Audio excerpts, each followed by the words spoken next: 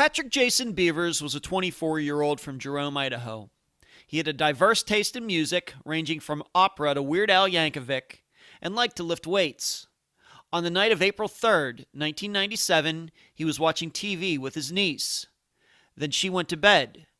When the family got up the next morning, Patrick was gone. He was never seen again. I'm Ed Denzel, and this is Unfound.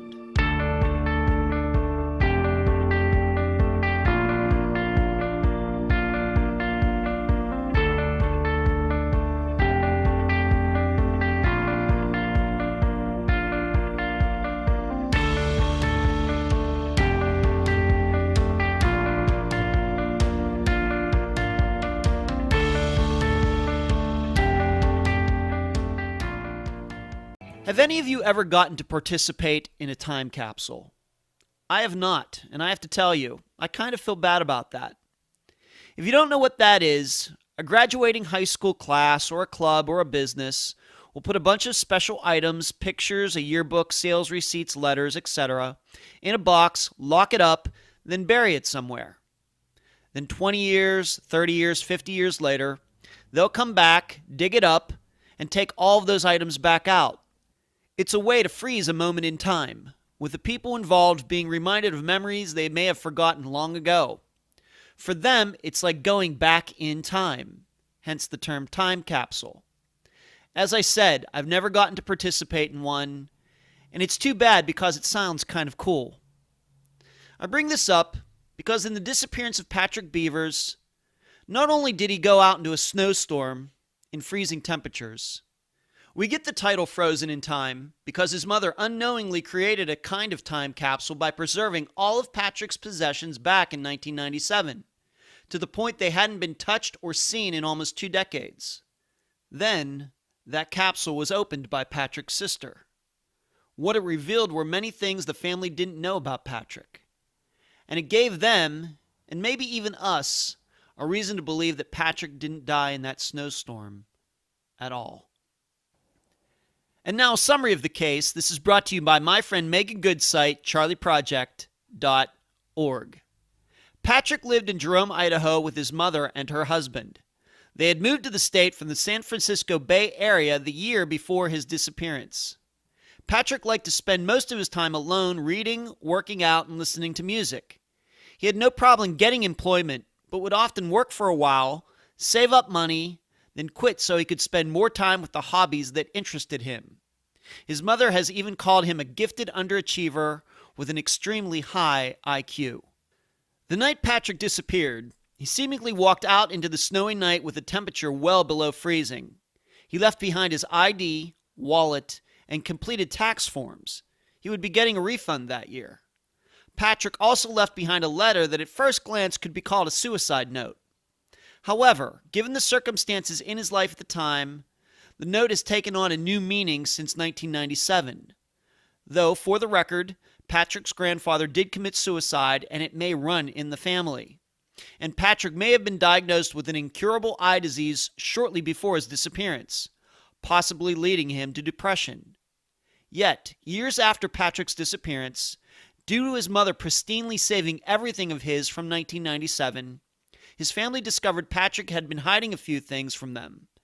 Because of this, their opinion has changed from Patrick committing suicide to Patrick being alive after that night, even possibly to this day.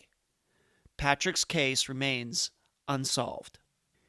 The interview for this episode is with Patrick's sister, Sheila Van Zant Lewis. Unfound News. Volume 1 is out, and I appreciate everyone who's gone to Amazon.com so far and downloaded it. I can't thank you enough. I just want to remind you that reviews are important, so please, once you're done, and I know it takes some time, the book is 85,000 words, please go back to Amazon and give Volume 1 a great review. In addition, I'm working on Volume 2 right now, so I'd appreciate your personal feedback to make it even better than its predecessor. Thanks. And printed editions of Volume 1 should be done within the next week. Next, I got to download the first round of Patreon contributions earlier this week. I cannot thank those supporters enough. And we had a few new people jump on board since the last episode of Unfound. Tammy and Jessica, thank you so much. This weekend, I'm going to be posting in the Unfound Podcast discussion group the entire Patreon setup, although some of the benefits and enjoyments aren't quite ready yet.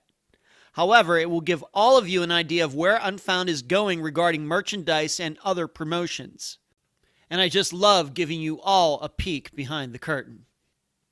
And finally, let's not forget about the Secret Stephen Kocher episode at unfoundpodcast.com. That show has gotten a lot of great reviews from those who have listened to it. Thank you. That time of 2009 into 2010 was an intriguing period for me, and I wanted to pass it along to all of you. If you haven't listened yet, what are you waiting for? Get over to the website, sign up, it's free, and download it. Then you can learn and enjoy what so many have already. And oh, did you catch Unfound Live on Facebook a couple days ago? How did you feel about the new time? Where you can find Unfound. On the website, unfoundpodcast.com. On Facebook, the Unfound Podcast discussion group, which is private, and the Unfound page, which is public. Please join it both. On Twitter, at Unfound Podcast. On Instagram, a lot of new followers on Instagram this past week, at Unfound Podcast. On Patreon, patreon.com/Unfound Podcast. I also have a PayPal account if you can't figure Patreon out. The Unfound email address is unfoundpodcast@gmail.com, but please don't hesitate to message me privately on Facebook Messenger as well. You can subscribe to Unfound at iTunes, Stitcher, Podomatic, Google Play, and a bunch of other places. You can also listen without downloading at TuneIn Radio. Still not on Spotify yet, which ticks me off. On Amazon, we talked about that already. And finally, please mention Unfound at Reddit, Websleuths, True Crime Podcasts, podcasts we listen to, and all other true crime websites and forums. I'm so happy to have on this episode of Unfound the sister of Patrick Beavers, Sheila Van Zant Lewis. Sheila, welcome to Unfound. Thank you. Tell listeners a little bit about Patrick, growing up with him. First of all, are you his older sister or his younger sister? I am his only sister. His only sister. Okay, only sister. Okay. And he has a half brother, and then we have a couple stepbrother and stepsister, 2 stepbrothers and stepsister, excuse me, and then he has a half brother. Well, what was it like growing up with him? Were you too close? What interest did he have? What do you remember about him as a kid? You two being kids. What do I remember? I remember that he was a brat. Oh, do you? Yes, he was. Definitely a brat. Yeah, he had these big blue eyes, and he was really, really, really a good-looking child, and that's what everybody would comment on, how cute he was. He was just simply adorable, and it turned him into a little brat by the time he was 3, for a while anyway. Uh-huh. And we had to always share birthdays. Our birthdays are 2 days apart, 5 years and 2 days. So on the 17th of October every year, my mom would buy cakes or make cakes and have half of it with ballerinas and half of it with cowboys and Indians. So she just put two birthdays into one day. How did you feel about that, being the older sister? It was okay until I got to my teen years, and then him, doing little kid things around my friends was kind of embarrassing. But other than that, it was okay. Didn't make much difference then. We just had really big parties. I suppose so. How did you two get along? You said he was a little brat. What do you mean by that? Is this just regular brother and sister stuff, or more than that? Oh, yeah, it was a little more, it was regular brother and sister stuff, because, one time when he was about 2.5, I told him to come give me a hug because he was so cute, and he walked up and bit me in the stomach. Did it leave a mark? Really? Did it leave a mark? Yeah. It drew blood. But that was for no reason. But, of course, he was only 2.5, so, you got to let that go. Yeah. He was also ADHD. So when he got a little bit older, he had a bad tendency of, he'd watch a lot of cartoons, And when he sat in front of the TV, his legs would kick constantly. He could not sit still. Mm-hmm. I'm ADHD too, but he's more so than I ever thought to be. It's like the extreme scenario on it. And so you said you're just about exactly 5 years older than he, and so when you were 10, he was 5. When you were 12, he was 7. And was he into any sports or any hobbies? You told me he had some interesting music choices. Maybe you can tell the listeners a little bit about that. Oh yeah, he was into reading. He was always into reading.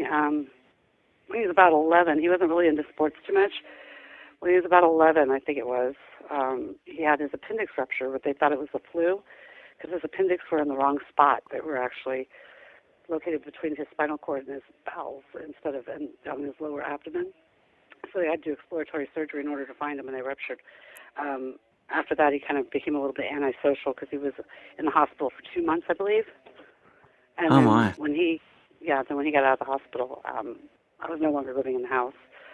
By that time, I was off on my own, living on my own, and starting college, actually. Do you think that those 2 months changed him then a little bit? Did they change him? Yeah, they did. They changed him a lot. He went through some definite changes because he was kind of weak, and he almost died from it. He had drains in his stomach for a long time, and it changed him. He became a lot more antisocial, spent more time reading, listening to music, opera, Mozart, a lot of that. Watched a lot of cartoons, and his favorite movie was like Stella 13, I think it was, or 17. I think it's 13, if I get it right. I know that movie. That's an old time movie. That's like a black and white movie from, I'm guessing, the late 50s, early 60s. Yeah. That was his favorite movie. Yes, it was. He liked to read a lot, like I said.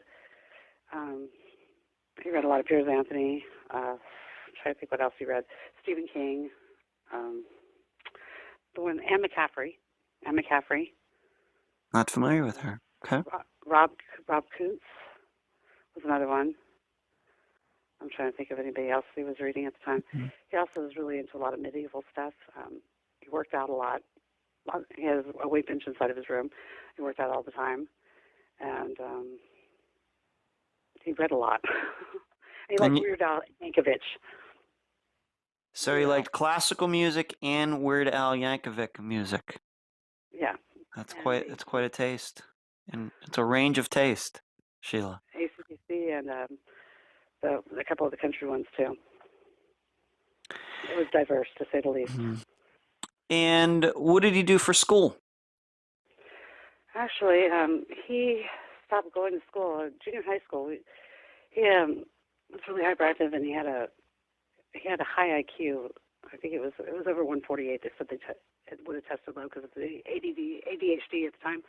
But he had a really high IQ, and he had trouble adapting to the changing schedules. I did too when I was in high school. It was just too disruptive, just going from class to class. So he had a lot of trouble with that, and he went into a special program where they just did the classes all at once. But I don't think he ever went to high school. He was more at home schooling at that time because they had the independent studies thing. So I don't recall, but he could have went. I may be wrong. I was already living on my own by then and had my own family, so I really couldn't say if he was at high school or not. My last recollection was junior high, and him having trouble in that. Did he have many friends? No, he had hardly no friends from the time he had that surgery. I only remember him having one girlfriend ever in his entire life, and that's when he worked at TVNY when he was about 18 years old. And they were together for maybe close to a year, I think, and I can't even remember her name, but it was in the Bay Area, and they ended up splitting up, and he took that pretty hard. His best friend would have been our stepbrother Mike, who has since passed away. They were pretty close for quite a while, and Mike moved back after Patrick disappeared. He wasn't living up here in Idaho when Patrick disappeared. He moved up here after Patrick disappeared, and then he ended up going back to, I think it was Texas, and he died when he was down there. So he spent a lot of time by himself. You're telling me he read, and he was just into his music. He was into his weightlifting, and that kind of continued the whole way to him being an adult. But you did say that he did have some different jobs. You told me he worked at, what did you say, TGI Friday. What other jobs did he have? I mean, if he could hold down a job, he must have been at least a little bit outgoing. He worked at 7-Eleven in Milpitas, California. He worked there at Park Victoria store. He was there for years and years. So it was my mom and our stepdad. They all worked there. They didn't. I'm not sure if one of them was a manager or not, but he really liked working there. And then when they moved to Idaho, he worked for Cactus Peaks Casino in Jackpot, Nevada, and was one of those caller people, I guess, and for the games and stuff. For I can't remember what game it was. Something where they drop money on you or something, and you go try and grab the money or something. I can't recall what it was he did exactly because I never went to the casinos back then. What other jobs did he have? That's pretty much all the jobs he ever had. He had them all long term. Other than that, I don't recall except for odd jobs, helping people out in their yards or something, but that was few and far between too. We should establish that he did not grow up in Jerome, Idaho. You were actually started in the Bay Area, and then at some point you all moved to Idaho, right? Yes. Actually, Patrick was born in Baton Rouge, Louisiana, and we moved to California when he was 3. I would have been 9, so he would have been 4, excuse me. And then I moved to Idaho first with my husband and kids, and my mom and Patrick and his stepdad, my mom's husband, followed after, probably about a year and a half, 2 years after I moved up here. And then it was shortly after that, probably within the first year, that he disappeared. So around a year, sometime in there, after Patrick moved to Idaho is when he disappeared. Yes. Okay. Now that he's an adult, like you said, he doesn't have a lot of friends. There was something else, though, maybe we should get to this. There was something else that might have really shaped him besides this appendix issue, is that he had been shot with a BB as a kid. Oh, yes. What's that? What story is that maybe had an effect on him as a child? I can't remember if he must have been in elementary school, but he was walking home from school one day and he felt something hit his throat. He couldn't talk, or he was having trouble breathing. He just came in gasping for breath, and when the paramedics came, they determined that he'd been shot in the throat with a BB, and they don't even know where it came from, or if it was intentional, or if it was accidental, or what had happened. But I remember, I thought they did a tracheotomy, but I'm not sure. Like I said, I was not living in the house at the time, and he had to go into the hospital and have the BB pulled out. I remember that, because it lodged right by his esophagus. Boy, a little higher, that really could have done some real damage, maybe to his eye or something. Yeah, definitely. And they never figured out who did that, to your knowledge. No, they never did. They just figured it was somebody shooting in their yard or something, a ricochet or something, because they never found anybody around there in the area. And he never said where he was walking at when he got hit with it. So I'm not even sure where he was at when he was walking home from school, what street or anything. What was he like as an adult socially, even within his family? When he was living at home, he lived with your mother and his stepfather. What kind of interaction did he have with them? And of course, he was working too. Yeah, I'm not sure what their interactions were on the normal. It seemed to be okay. They all got along. When they worked, they all worked for the same casino, so they rode to work together, or took the bus together, or however they got to work together. They got along pretty well, except for Patrick had quit working, I think, shortly before that. I'm not sure how long before that, because he liked to just stockpile his money, and then he quit working for a while. He got, and then he'd go back to the same job or find something else. And I think he was looking for something else at the time. But they got along pretty well, except for him not doing his dishes once in a while. Okay, the regular stuff. But he didn't know his biological father, though, that well, did he? He'd only seen him once since he was 11 years old. Once since he was 3, and that's when he was 11 and in the hospital. That's the only time he ever saw his dad. and could be an issue regarding his disappearance. But to your knowledge, when you would talk to Patrick, was that something that was a big point in his life that he wanted to find him? You know, did he ever mention that? One time ever, and that was right, like maybe 2 weeks before he disappeared. He told me and my office manager that he wanted to go find his dad. And I told him, you don't know where he is, so that's kind of not a good idea if you don't know where to look for him. And we kind of just left it at that. And that's the same day he actually told us that day that he'd been up on the bridge like the night before, walking from Twin. He used to walk a lot all the way from Jerome to the other side of Twin Falls, which is about 20 miles or so. Mm. And he'd walk back all the way there and all the way back, and he walked really fast. He said he was walking across the bridge late at night, and he got stopped by an officer making sure he wasn't a jumper. I don't know if that's true or not, or if he was just saying that, or what the whole situation was. But it didn't, it didn't appear to be true. But then again, you never know. Was that a surprise to you that just out of nowhere that he mentioned his father? I mean, did anybody in your family know where his dad was? Did you know? Anybody know? No, nobody knew. Nobody knew. Our Mm-hmm. mom kind of kept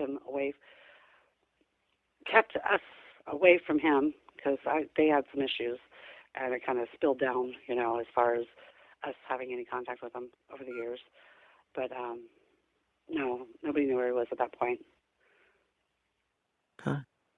As a matter of fact, when Patrick went missing, I had to try and contact him to let him know that he was missing. And I dialed an old phone number, the one that I'd memorized when I was like a little kid. And it happened to be the same business. It was a business phone number that we used to own down there, Haverinsville Travel. And the lady that answered the phone, he no longer owned the business, but she was able to put me in touch with him. So she knew how to get a hold of him, and that's how I got a hold of him to let him know that Patrick was missing. Were you a little surprised, being that never was a talk, but he just kind of mentioned that out of the blue one day? Yeah, I was a little surprised. Um, Maybe I should ask you this: how often did you talk to him or see him as an adult? Oh, I talked to him like he'd show up at my house every once in a while, just randomly, and cook breakfast for everybody. Um, Occasionally went by my mom's when I wasn't working. The kids went over there quite a bit. So, minimum of once a week, usually more. In those months leading up to his disappearance, how would you say that Patrick was doing, being that you got to see him about once a week? He seemed like he was a little bit depressed, a little bit of a culture shock to say the least. He didn't know how to drive, so in this area there's no buses. You don't have a county transit. You can't jump on the bus and go someplace. If you want to get somewhere, you have to walk, have a car, or ride a bike. And in the wintertime, it's kind of hard to ride a bike or on a horse, to say the least. But yeah, he seemed a little bit depressed. Like more like he was wanting to get out on his own, but he wasn't quite sure how to do it. He had a lot of stresses. Mom always said that he was supposed to be the one that would take care of her when she was old because our mother's blind, and that was kind of putting a lot of pressure on him. I know, having to worry about supporting himself and then potentially having to support his mom one day. So yeah, he was a little depressed. Did he ever talk about maybe going back to California, being that that's where he grew up, and he grew up in an area where if you didn't drive, there was public transportation and there were places to walk to instead of Jerome, Idaho? No, he never talked about going back to California. I don't think he had a lot of good memories, just simply because of the fact he didn't have a lot of friends there. He did know people. He had acquaintances that he met in the store, but no friends. There wasn't anybody that came over and hung out with him or they went and did things with. He just didn't have friends. He was socially awkward. He'd tell a joke and it'd fall flat. His intelligence got the better of him. A lot of times people didn't understand what he was talking about. Just once again, the high IQ that he had, it just might have gone over some people's heads, which I can understand. I just want to cover one more issue that might have something to do with his disappearance, and then we'll get into that day and that night and what happened. You mentioned that your mother was blind, although she wasn't born blind. She progressively became blind because of a condition, and you believe that that Patrick also had some sort of eye issue as well. Maybe you can explain to the listeners this issue that he had with his eyes. Okay, well, the disease is that my mother has is retinitis pigmentosa, and it's hereditary. It runs in families, and she carries both the dominant and recessive gene. The recessive gene, I believe you get it when you're like in your 50s or 60s. You can get it, and with dominant, you're usually legally blind by the time you're a teenager, if not younger. I had gone to see the eye doctor about getting glasses shortly after Patrick disappeared, and the eye doctor happened to mention to me that he'd saw the information on my brother on the news and seen the flyers, and that he'd just seen my brother. And I said, "Oh, really?" And he said, "Yeah." And I said, "Well, how was he doing?" He goes, "Well, I'm pretty sure that he's starting to develop that disease your mom has." And I told him to go see an ophthalmologist. Whether he did or not, I don't know. I don't have any record of this. This was kind of told to me off the record because my brother was missing, so he did mention it. It could have added to depression. If that was the case, if he was told he might have it, whether he did or not, is another story. Could have been another. You mentioned that Patrick had some stresses in his life already, and this could have been just one more thing. Yes. Hmm. And he maybe did have some eye issues already with sensitivity to light or fluorescent light. I remember in our prior conversation you told me something that he had to wear sunglasses inside. This might be something important when we get to his disappearance and maybe trying to find him. What was that? He wore dark wraparound sunglasses because the retinitis pigmentosa progresses because of bright sunlight or fluorescent lighting. UV lighting will cause it to rapidly accelerate the disease if you have it. So he started wearing dark sunglasses when he was a teenager because he had sensitivity to light and fluorescent lights. And he worked, of course, at a 7-Eleven and a casino where they have a lot of those, so he would wear them inside for those lights as well. My mom did as well when I was growing up. She wore the dark glasses inside and out. But, yeah, that's about that. And I think that maybe, although I don't know how common that particular eye disease is, I think we've all, as adults, maybe seen somebody who's like that. Maybe not somebody maybe that we knew, but maybe we're just out somewhere and we see somebody who is wearing those glasses and it's already dark out, or especially if even it's a younger person, it kind of really sticks out. And it may be that Patrick had some sort of degenerative eye condition as well, just like your mother did. So we have to keep that in mind as we continue this. Getting to the time around his disappearance, you had mentioned him walking. He liked to walk places, but then there was this one night, and there's this bridge, like about 5 miles from where he lived, that he was stopped by a cop because the cop thought he was jumping off this bridge. This is a bridge that's well known in the area for bungee jumping or something. What's the name of that bridge, by the way? The Perrine Bridge, Perrine, and it's where Evel Knievel jumped the Snake River Canyon.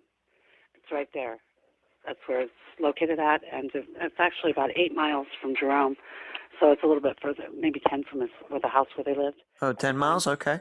10 miles? Yeah.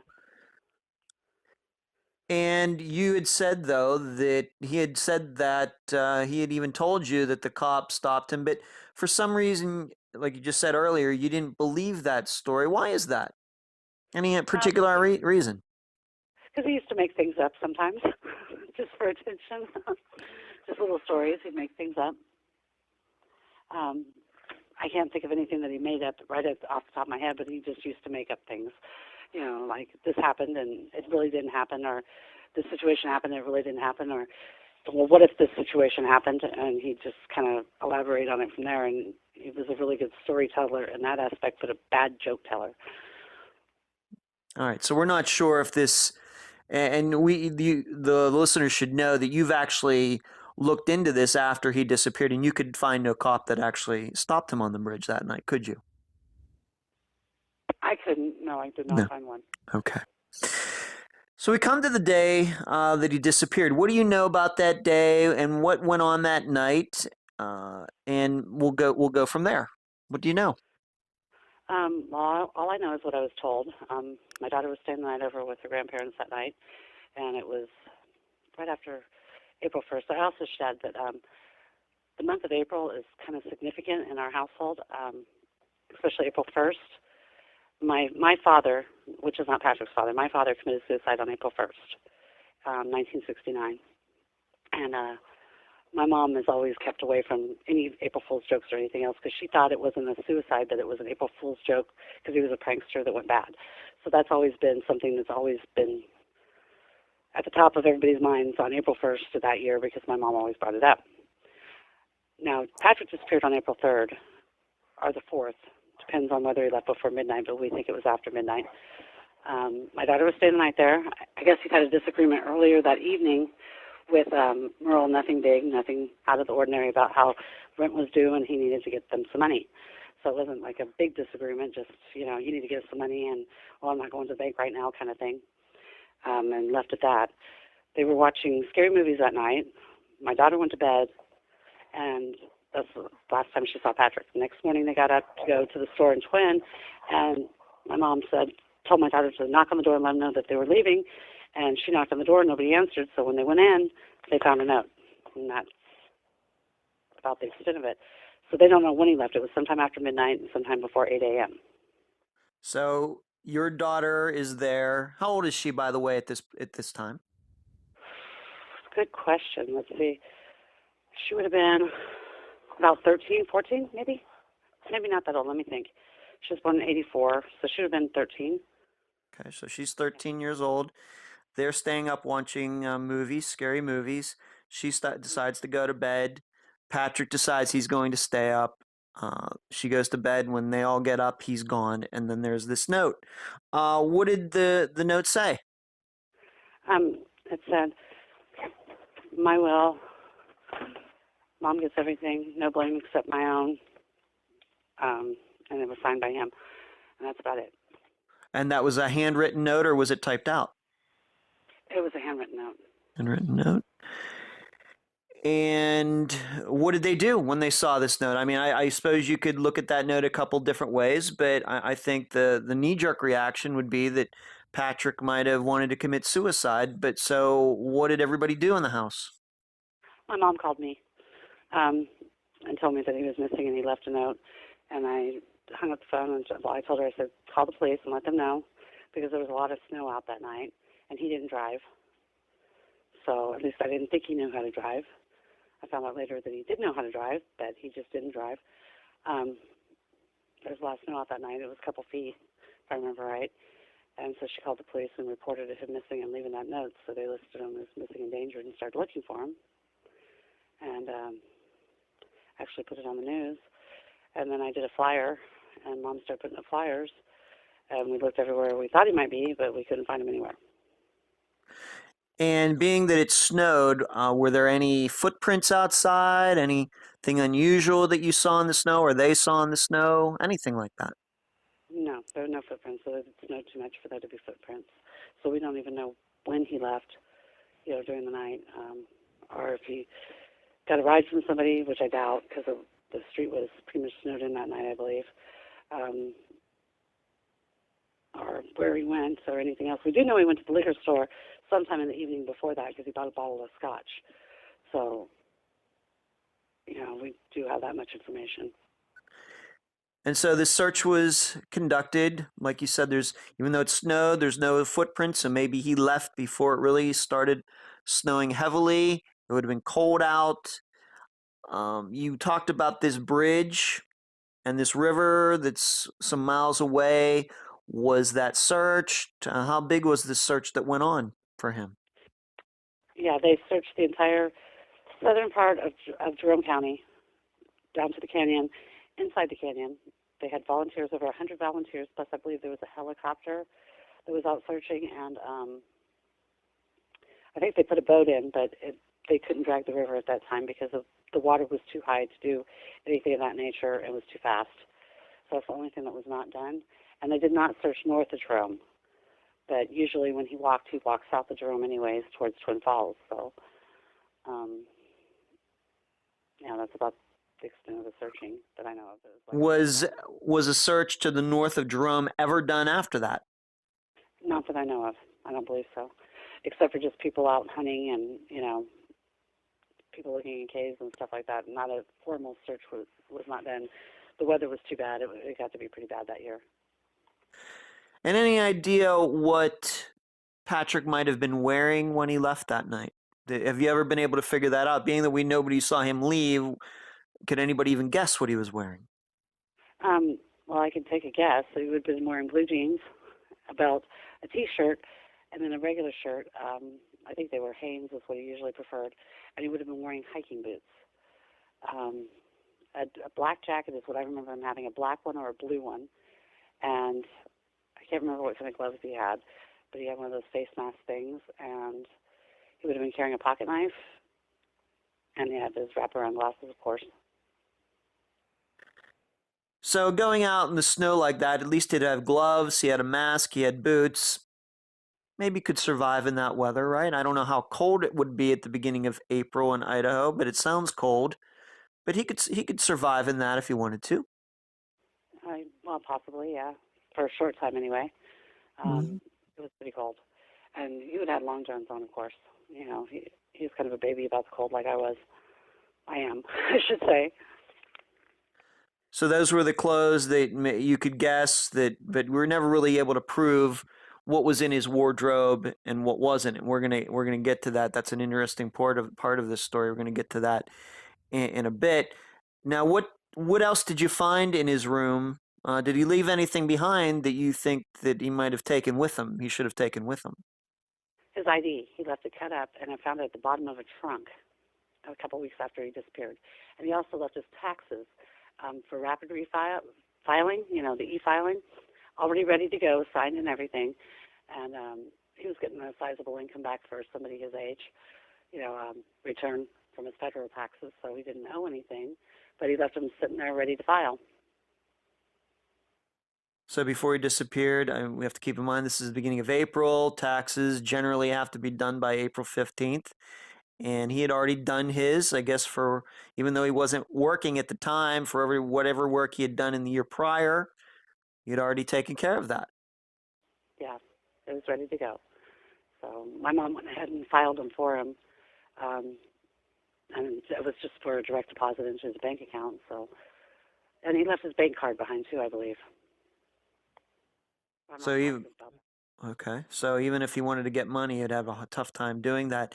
You mentioned his ID; it was cut up. How did you manage to find that in this trunk? Did it look like it was hidden, or did it was just deposited there? What do you remember about that 20 years later? It was underneath a bunch of stuff in the bottom of his trunk. I'd taken everything out looking to see because he had some rifles in his room that he didn't take, just to see what was in there. You know, if there's any notes, letters, anything like that. And it was underneath a bunch of clothes and stuff, I think, that I found his ID. Was it his current ID, or just to be exact as we can be? Was it his current ID, or was it like an older ID, maybe from like when he was a teenager or something? It was a current ID, but I can't remember whether it was a California ID or Idaho. I think it was an Idaho ID. It wasn't a driver's license, just an identification card. Well, that had to, I'm going to guess that had to worry you when you saw that. Yeah, it did. It did. But also at the same time, he'd also talked about with my stepbrother, Michael, about going off and joining the Merchant Marines and assuming a new identity. And that's something that he kind of told tall tales about, you know, kind of made stories up about, assuming identities and pulling off the perfect crime, things like that. Okay, and yes, we're going to talk about that, but I want to get to this note.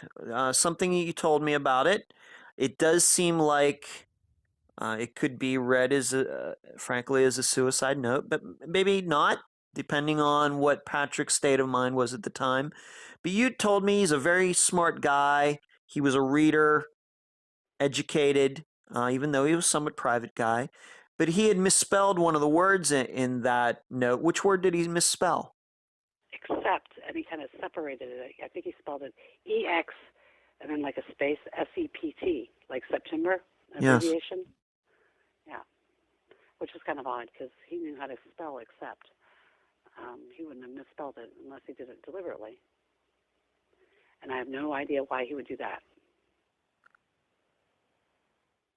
So did it look like his handwriting? Yeah, It did it look did. like his handwriting? Yes, it is. Mm, It does look like his handwriting. it does. And do you still have the note, or do the police have the note? The police have the note, I believe. I just have a copy of it. And when you look at the note 20 years later, when you think about those words, how would you define them? What do you, obviously a lot of people are going to see that as maybe a suicide note, maybe, but you kind of see that note a little differently, don't you? At first, I thought he was a suicide because, of course, he kind of made those comments about the bridge and things like that. And I'd been meaning to go over and talk to him and see if he was depressed for some reason. I hadn't quite made it over. I was busy with the law firm I was working for and taking care of kids and husband and all the good stuff that goes with it. But in hindsight, kind of looking back, he was kind of a mommy's boy, and my mom was really, how should I put it? She was very not controlling, but kind of like, well, you got to stay here and do this for me. You got to do that his whole life. You're gonna have to take care of me. You have to do this. You have to do that. And at the same time, I could see him wanting to get out on his own and not knowing how to do it without upsetting my mother and having her, going, well, no, you can't do that because you got to do this when you get older and that kind of thing. So I could see him wanting to go out and assume a different identity at that point and make his own identity without the stresses of having a blind mother. So even though he lived at home and he was somewhat to himself, there was a part of him that might have wanted to get out. He kind of maybe felt like he was anchored to his home because he felt this loyalty to his mother. And, Responsibility. Yeah. yeah, the responsibility, yes. But he wanted to get on his own and didn't know how to do that other than maybe just having a clean break and just disappearing out of the house one day. That's a possibility. Yes, it is. It is a definite possibility. That's why I've been looking at both unidentifieds and people that are, not who they say they are. I should say. I don't know how to quite put that one. So people who have maybe left their lives and gotten new identifications, moved to other parts of the country and started new lives. I mean, it's fairly rare, but it does happen. Yes, it does. And this is before the internet, so it's even more doable then than it would be now. You may be right about that. So what happened? How did your mother handle this? How did the rest of your family handle this at the time in 1997? Of course, the searches were done. Nothing was found. No sign of him was found. And how did everybody handle it at the time? And we're going to talk about some things that happened more recently, but at the time, how did you all carry on after that? Well, let's see. Flyers were put up everywhere. Stayed glued to the news a lot. They did find a body in Castleford a couple months after he disappeared, and the news went on the air and said that it was my brother. Okay, I happened to see this on the news, that they found my brother's body in Castleford without having a positive identification. It turned out not to be him.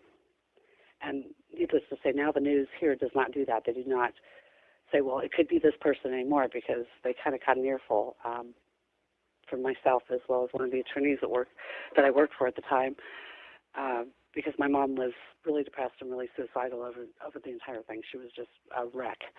And if she would have heard that at work or something before, I had a chance to talk to her and say, hey, wait a minute, the shoes didn't match, or, and they're going up to go, view the body, the officers from Jerome up in Boise, and rule him out. That could have had a very bad impact, and the local news was told that could have been a very bad thing, and that they would have been liable for it, for releasing something inaccurate information prematurely, especially under the circumstances. So I noticed that after that, they never did that again. What did your family do? Of course, the flyers, how did you emotionally handle it at the time? Oh, let's see. I stopped celebrating holidays after that for some reason. I didn't realize it for a good 15 years that I'd actually done that. My mom, she still buys Christmas presents every year and stacks them up in the closet for him. She spent every vacation for, I think, 18 years doing nothing but putting up flyers in different areas. I got her a book that has all the sheriff's offices and police departments in the United States listed in it, and she started one by one sending out a flyer to each and every individual sheriff's office in the United States until they were all done. That took quite a bit of postage, to say the least, and a lot of time. Yes. Yes. That, like I said, it was before the internet, so it wasn't for quite a few years after the internet came out that I even found a way to even post it on there without, knowing how to get it out there. So. Yeah, when she started doing this, I'm not sure how many of these places would have had email and everything. Yeah, you'd have to do it the old-fashioned way, right through the mail. Yes. And that's how we did it. And how did you handle it, Sheila, finding out that your brother, disappeared, whether it was something, maybe a suicide or maybe just leaving his life? How did you handle it for a while? Like you I said, haven't handled it yet. no. Honestly, I still haven't. It hasn't quite assimilated yet. Still, after all this time, I had to take charge of everything. Because my mom was not able to even function enough to think on how to even do anything as far as getting anything out there. But we did get the flyers posted all over town. My daughter, she actually had a few problems afterwards, so I won't go into details.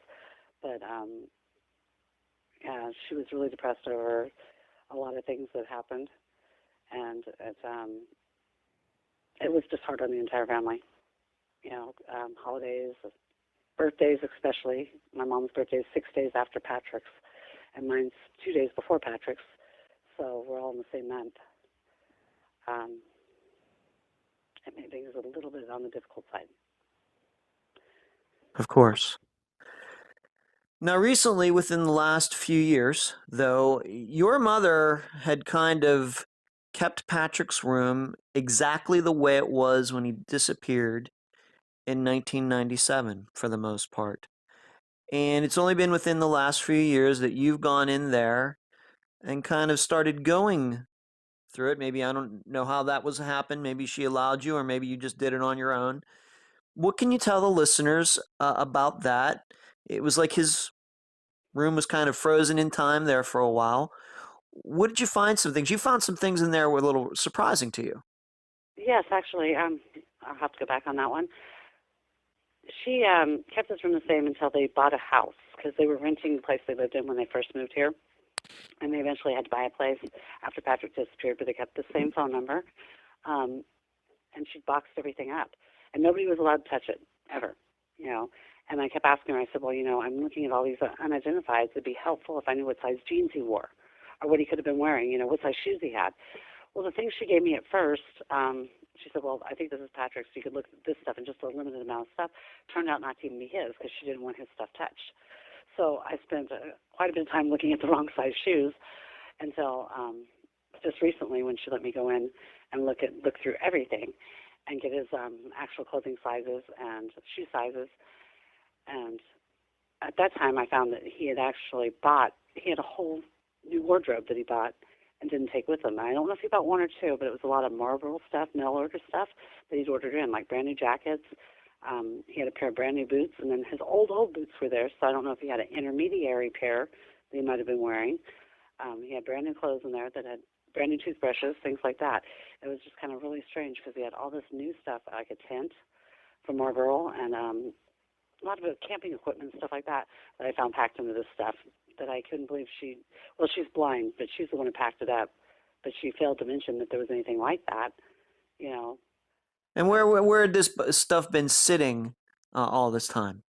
In boxes in a spare room at our new house. At the new house. Yeah. Okay. Yeah. So he had this like new wardrobe that you didn't know about, and I'm guessing that your mother didn't know about it either. A lot of new clothes. And he had this camping gear. To your knowledge, was Patrick ever interested in camping or anything like that? Patrick was very into the outdoors. Anything outdoors he'd like to go do. Hiking, camping, anything like that. Yes, he was. Did this camping equipment look like it had ever been used? No, it had not, except for the canteen. canteen looked like it had been used. Possibly. I can't say for sure. I still have the canteen.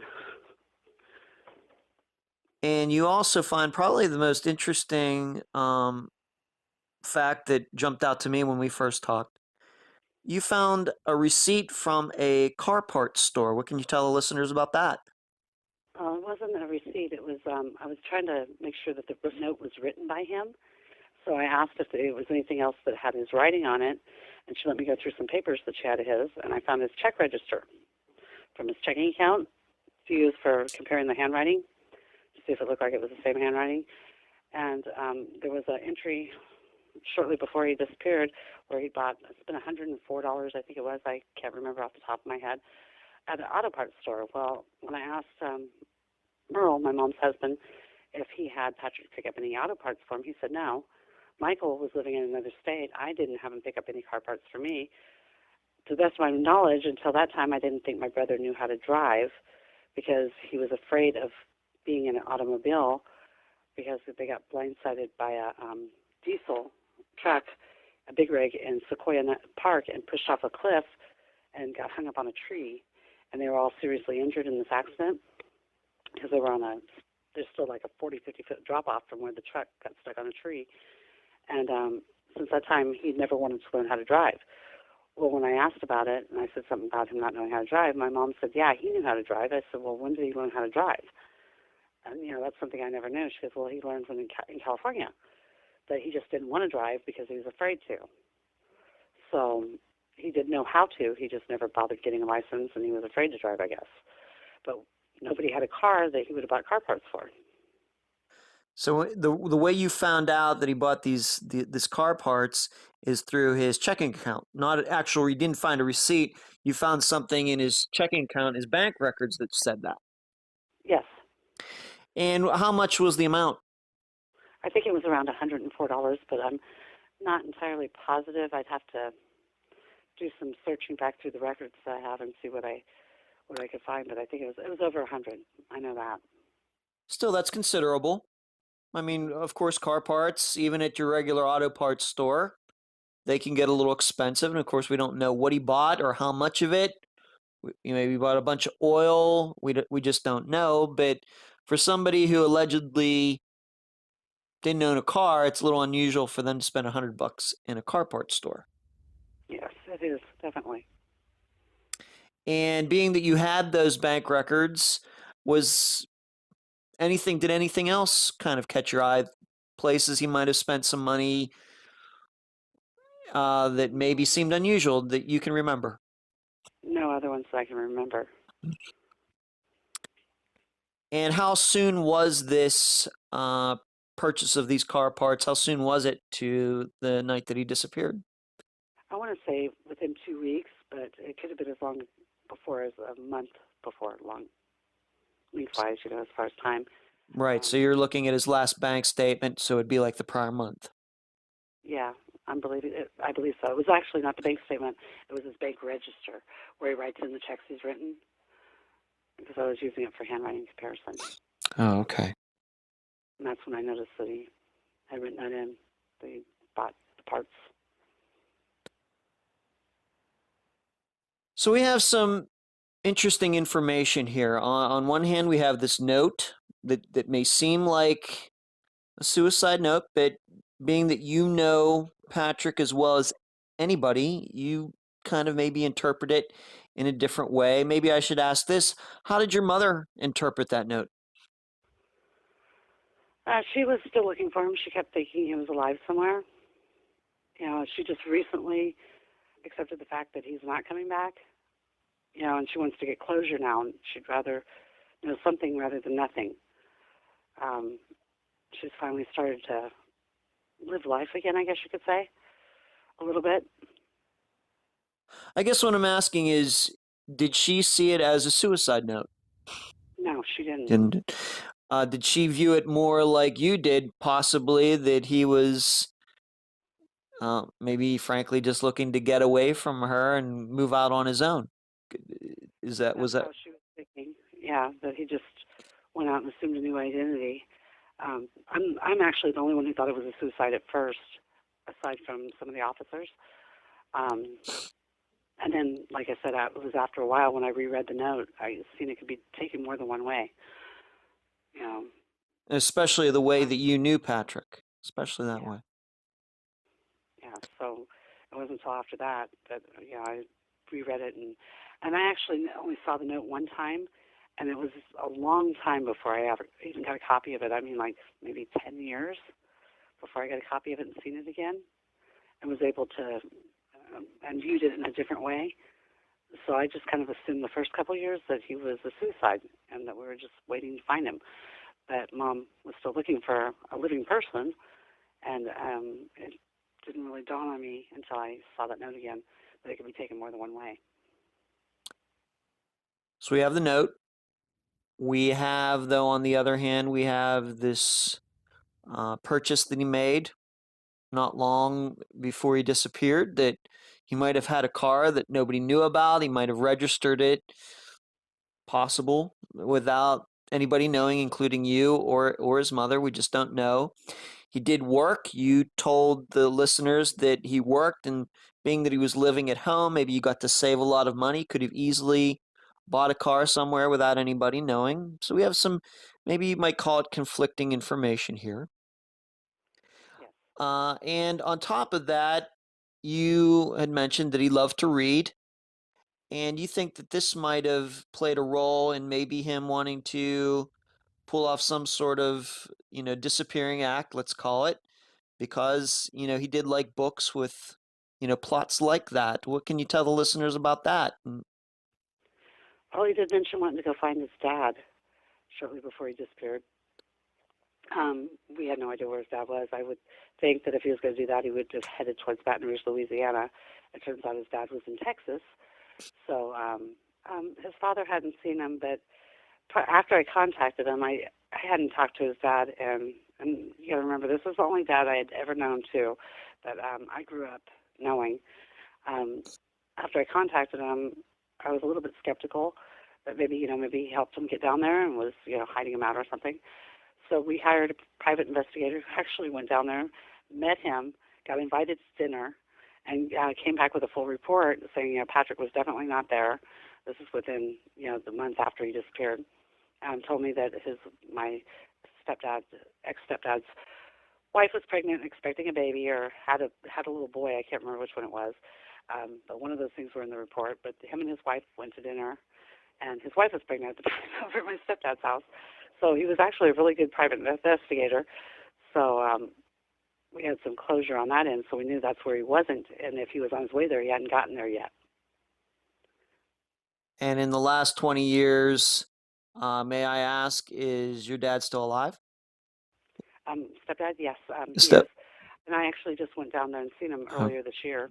I was just down there in April and visited with him. So I've been to his house, and Patrick's definitely not there. I met Patrick's half-brother, who is amazingly like him in a lot of ways.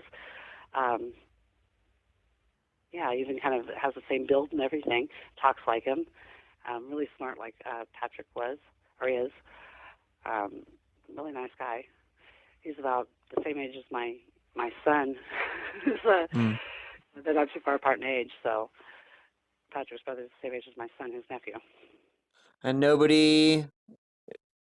That's a word. And nobody with Patrick's description under a different name has appeared in Texas, has tried to contact your stepdad or anything like that? No, nobody has. No. But I did get something a few years back. I got in the mail. At Christmas time, I got a bunch of pictures in the mail of this guy he's a local guy, and he looks a lot like my brother, except for he's got like silver hair, and he's got an entirely different personality. He's more flamboyant than my brother ever thought to be, but he is a spitting image of him. And I kind of did a little bit checking into that, and everybody says that he's local, he's lived here forever, and his family's from here, but he looks amazingly like my brother. As a matter of fact, the first time I saw him, I thought it was him with just silver hair. But for some reason, these pictures came in the mail to me, and I don't know why. It just had the address on them, no name or nothing else. It was just really strange. That is strange. That is strange. So it's maybe Patrick, did feel a bit suicidal. You said he seemed a little depressed before he disappeared, and he walked off into the snow that night, and maybe he ended up somewhere that the searchers just didn't cover or missed, or maybe he ended up in the river and they didn't check it because they couldn't at the time, and or maybe he had a car, maybe he walked away. Being that he was into books and he was very smart, maybe he had planned a way to, start a new life somewhere under a different name, new identity, and that's possible. So let's go over some of those characteristics again of Patrick, because although maybe his appearance might change after 20 years, I believe his hobbies and his tastes would not. So let's go over that again. Maybe starting with this eye condition. If somebody 20 years later might have started with that eye condition, what would their condition be now 20 years later if it was Patrick?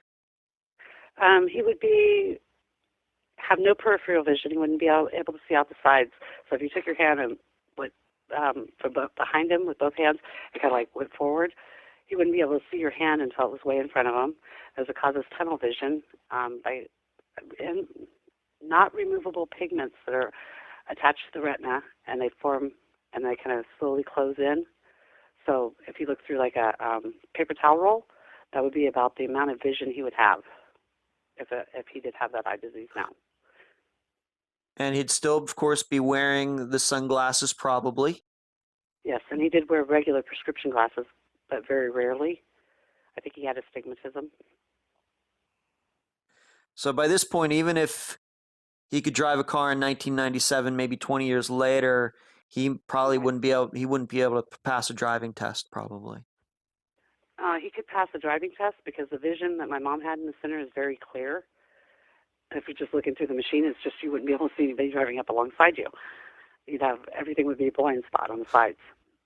Okay, so and everything right in front of him would be clear. Okay, so maybe he would be driving, but I'm hoping as a driver myself that somebody with that kind of eyesight maybe would be taking public transportation by this time, hopefully. That sounds a little dangerous. Yes, Okay. definitely. Okay. So maybe this would be a guy who would have some vision problems, maybe taking public transportation. What was Patrick's height and weight at the time that he disappeared in 1997? That's kind of a toss-up. We're kind of in a disagreement about it. I'm thinking he was close to maybe 5'11", 6 feet. My mom's thinking he was a little bit taller, but I know he was at least probably 5'11". At the time he disappeared, he was probably around 240 pounds. He was, he had a belly, even with working out all the time, he still had a belly. He was bigger across the chest. He was like pretty, what's the word I'm looking for? Kind of built like a football player a little bit? Yes, thank you. But he had really long legs. Longer than normal. He had long legs. And no butt. Okay. So if he was 5'11", 6 foot, his legs might have been the length of maybe somebody who was maybe more like 6'4", or something like that. Yeah, or 6'2". Yeah. Okay. And we have to go over, once again, this is something that I don't think changes over a person's life, especially once they get to their 20s. And I can speak because I'm in my 40s and I still like the same music that I did in my 20s. What kind of music and interest did he have? Once again, could we please go over that again? In books and music, those things that were interesting to him. He was into knives and swords, backpacking, excuse me. He listened to Mozart, opera, any kind of opera, classical music. He also listened to, like I said, the funny comedy things, and like Weird Al Yankovic, and some country. He liked some rock, like AC/DC, Ozzy Osbourne. He liked them. He liked to read Terry Brooks and Anne McCaffrey. Oh, Piers Anthony. Piers Anthony was one of his favorites. The different series that he has, like the Blue Adept series. He was really into that one. Stephen King, Dean Koontz, I think it is. Those kind of books were the ones he was into. And on top of that, he had a personality that was kind of to himself. Yes. Like to just be by himself. He was also, like you said, into working out. Maybe he was in social situations. He was a little bit awkward. These are all traits that he had when he was in his 20s, that he might also probably have when he was in his 40s. Yes. Yes, definitely. He was a little bit socially awkward, and he tried too hard, is how it came across to me. Like he was just trying too hard to fit in. So a lot of things he said would kind of fall flat. He just he didn't know when he pushed something too far. How most people have when they're having a conversation with somebody and they touch upon a subject that's kind of touchy, they know when to back off. Patrick didn't have that social sense on when to back off of a touchy situation. Does that make sense? Yes, it does. It sure does. Just once again, a little awkward in social situations. Maybe has a hard time gauging, I guess, maybe the temperature of the room. Not aware maybe how what he's saying is affecting other people sometimes. Yes, definitely. He was a little bit awkward, to say the least, on the social situations. Well, I think that this is all very helpful because these are very distinguishing characteristics. You really start narrowing it down. I think this would be the type of person that would probably stick out to people because of, some of these things, especially like, how many people love opera? Not many. Opera isn't as popular now as it probably was 100 years ago. Then his eye condition, maybe like to stay for himself. We're painting a picture of a very unique person, and I think that'll be helpful to the listeners. Who knows? A listener might have run into somebody like that, a man within the last 20 years, and that's what we're going to hope for for this episode. Now, Patrick he also had brown hair, but it had red tints in it. It had a lot of red highlights in it, and his beard came in with a reddish color to it. He was also a big drinker of Dr. Pepper. He loved Dr. Pepper. And he loved fried eggs, but he liked to fry them too hot so that they had lace on the edges. That's good information, too. Thank you for that. Thank you. Now, you have a couple websites or pages on Facebook set up for your brother. Why don't you tell the listeners about those right now so they can go to them, they can see pictures of Patrick, maybe read more about him and anything else that concerns this disappearance case. Okay. Well, there's two different pages. One, you have to request to be a friend on it, but I think most of the information is public, and that's his personal page where I put a lot of his baby pictures and stuff like that on there, as well as a video of some pictures that his dad brought up for me when he came up to visit me. I kind of put together a video of his younger years that's on there. That one is at facebook.com, and it's Missing Patrick Beavers. And the other page is a missing persons page that I put together for Idaho, actually, for mostly southern Idaho. It has other people that are missing other than Patrick, but it has a lot of information on Patrick himself, as well as another relative of ours that has been missing since 1978. And that one's Patrick Beavers Missing Persons, also at facebook.com. That's right. We had talked about in our prior conversation, you have another family member who disappeared. Why don't you mention her name? Maybe a little bit of the circumstances of that, being that I have you on here anyway. Maybe listeners can help you with that one as well. I think maybe we kind of know what might have happened in that case, but why don't you give her name and the year, the date, and maybe some of the facts on that if you can. Okay, her name is Patty Gay Hogue was her maiden name, and her married name is Patty. She went by Patty Hogue Tolliver, Tolivar. She's missing from Modesto, California, since August of 1978. She was 45 years old, I believe, at the time she disappeared. She had a husband who was later found to have. He's actually was the chief suspect, and several other women who became missing after her, after the fact. in the Modesto area. They said that it appeared that he was going to like places like Parents Without Partners and finding single women and talking them into selling their houses, and then he would take their money and murder them. The last time Patty was seen alive was by her sister Shirley in 1978. She'd gone to a family reunion, and her husband told her she went to this reunion that he would kill her and her family. And she went anyway, and she told everybody at the family about it, and they just thought he was just talking and didn't really pay it too much attention. 2 weeks after she got back, her sister went to visit her and her niece, and they never saw her again after that. Her car was left at the house. Her wallet was there. She never picked up her last check. She was just gone. And nobody was ever charged with it. Everybody just kind of assumed that he killed her.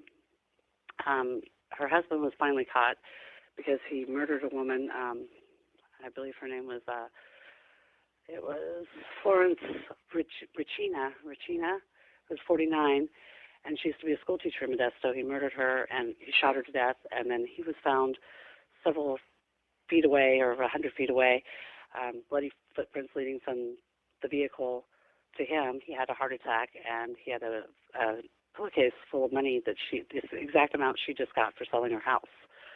So that kind of closed that one out, but there was still several other missing women from that area that he was the chief suspect in their disappearances as well. Did he die of that heart attack, or did they catch him and put him in jail? He died of the heart attack. So the day that he murdered his last woman is the day he died as well. Yes. Oh my! So he took a lot of secrets to his grave then. Yeah. So they've never found a body or anything on her, and there's no pictures that I have been able to find myself. And I only came across her doing genealogy, and she's actually a cousin. And I kind of went, well, what is this? You know, this says this person's missing. And so I talked to the officer that does the cold cases down in Modesto, Stanislaus County, and he said, yeah, she's still listed with them. And he asked me for a picture. I talked to her sister Shirley, who's a cousin, and she's quite up there in years now. And she said, well, her husband killed her. I wouldn't even worry about it. I was like, okay, but, you know, if somebody finds a body, you know, you got to, you know, they want to be able to identify it somehow. But I guess the rest of the family just kind of assumes that he killed her, and they never bothered looking, I guess. But that was back in '78 when they didn't have a lot of resources either. And that's almost 40 years ago now. Yes. And so why don't you give her name one more time, and then why don't you give the name of the guy, her husband, who probably murdered her as well. Why don't you give those two names out again in case the listeners want to look that up? Okay. It's Patty Hogue Tolliver, Hogue Tolliver, Tolivar. Her middle name was Gay. Her husband's name was James C. Tolliver. She's been missing since August of 1978 from Modesto, Stanislaus, California. Okay. And then we also have your brother, Patrick, who's disappeared from Jerome, Idaho on April 3rd, 1997, so over 20 years ago. And there is reason to believe that he is still alive, so I hope the listeners will keep their eyes peeled for him. Maybe somebody knows something who will come forward. Sheila, any last words on from you before we finish this episode? Not really, just that somebody had to have seen him at least the night that he disappeared. It's kind of hard to walk in a snowstorm and not be seen, you know, down the middle of town where he would have had to walk to get out of town or drive out of town. So somebody somewhere had to have seen him that night, at the very least. But nobody's come forward, and the police have never talked to anybody. So then there have been a few leads, I guess, in Boise area where people thought they saw somebody who looked like him, but that could have been the other guy that's here locally. I don't know. When they followed up on him, they didn't find anything. You know, but other than that, we haven't heard anything. Okay. Sheila, I appreciate you joining me on this episode of Unfound. Okay, thank you. You're welcome. And that was my interview with Sheila Van Zant Lewis, sister of Patrick Beavers. I thank her for being on this episode. I also thank her for bringing up the disappearance of Patsy Hogue Tolivar. Maybe that's a case we can cover at some point in greater depth. Lots of curious points in this case. The note. Is it a suicide note or isn't it? Did Patrick actually encounter the policeman on the bridge or not? All those items saved from 1997 in a kind of time capsule. The new clothes discovered years later. The new camping equipment as well. That $100 purchase at the car parts store, even though he didn't own a car. Very strange.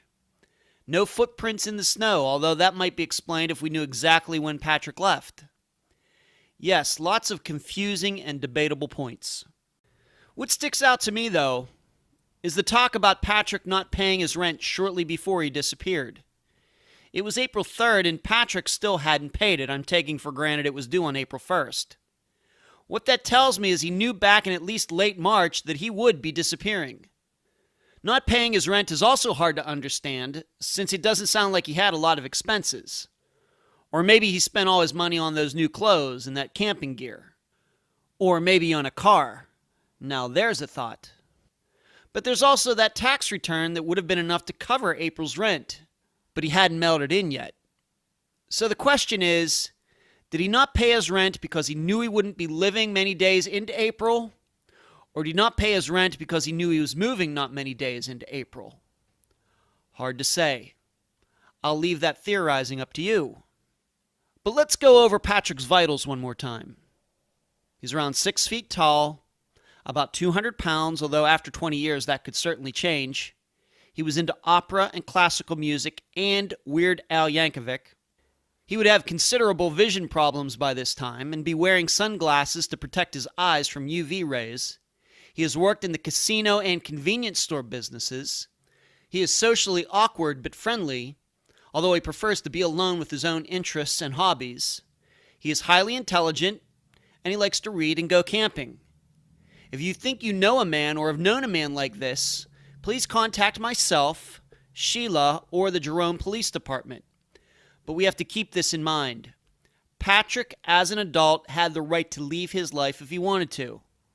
I think all that Sheila and her family want to know is that he is okay.